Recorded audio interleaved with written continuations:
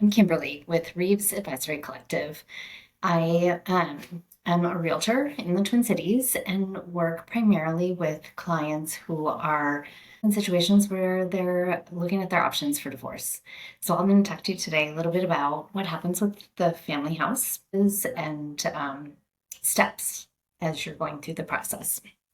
So with the house, some of the options are that the house is kept and one of the spouses keeps the house um, and buys the other out. The other is that the house is sold and that both partners go separate ways. And then the third is that sometimes the house will be kept and that it will be more of a nesting. So if there are children involved, the children will stay in the house, and then one spouse will be with the children during their specific time, and then they'll swap, and the other spouse will come in and stay with the children for their time. So those are primarily the three options for the house in considerations.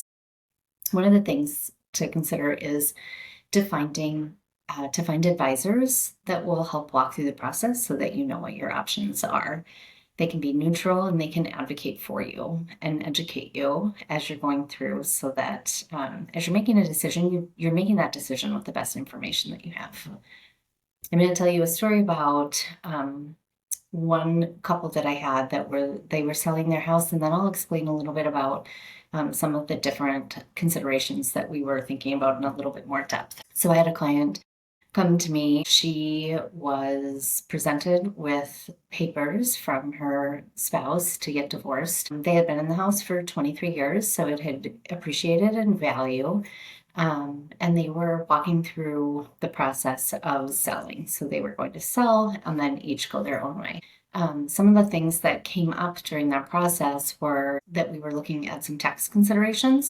So because they were divorcing, the house had appreciated so much that it was at the limit. They would have been fine if they were still married and sold. However, as a single person, they would have had the sale happened prior to the divorce, they would have had a potential tax liability. So we worked with their tax professional in order to alert them of this potential tax liability, and they were able to time their divorce decree and their finalization of their divorce after the sale of the family house so that they didn't have this other tax implication. So those are some of the things that as you're working with someone to figure out if you're going to sell or not, that would be an important consideration depending on how that appreciation looks like. So there are additional financial implications. So when you're looking at the division of assets, is someone going to,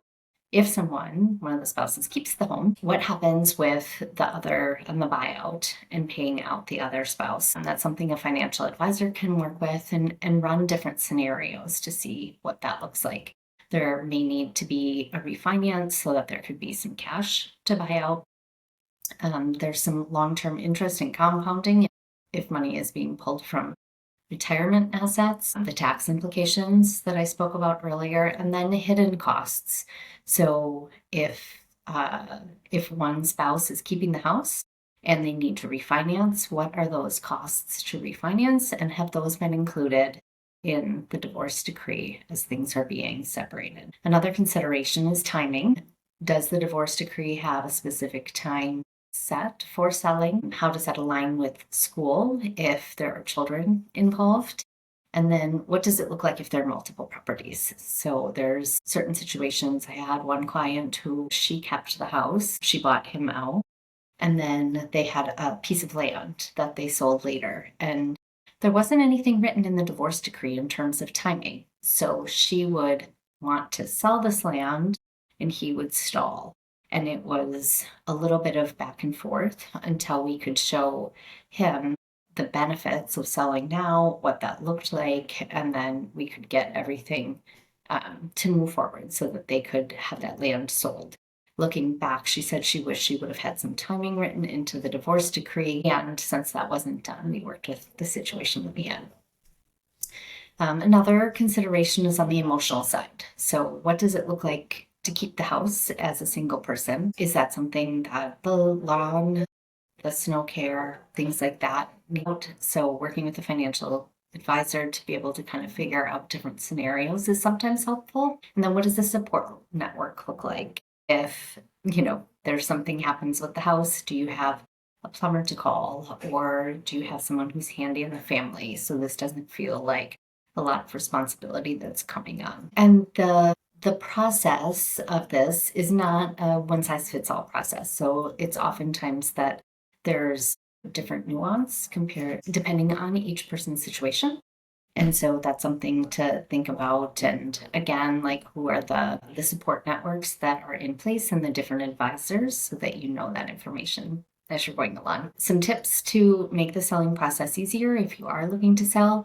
One is as you're deciding to have an analysis, or sometimes that's called a CMA, performed so that you know the value of the house as you're looking and deciding how to split up assets. Sometimes that's done by a realtor, sometimes it's done by an appraiser. And so there are two different options for that.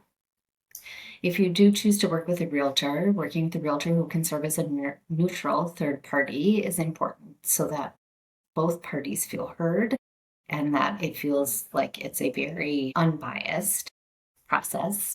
And then the professional advisors that you work with, so financial planner, your attorney, your tax professional, the different professionals that are involved are very important as this is often the largest financial asset. So these are some considerations with selling the family house. If you have any questions, we would love to talk through that and answer any specific questions you have. And we just thank you so much for your time and hope this was helpful.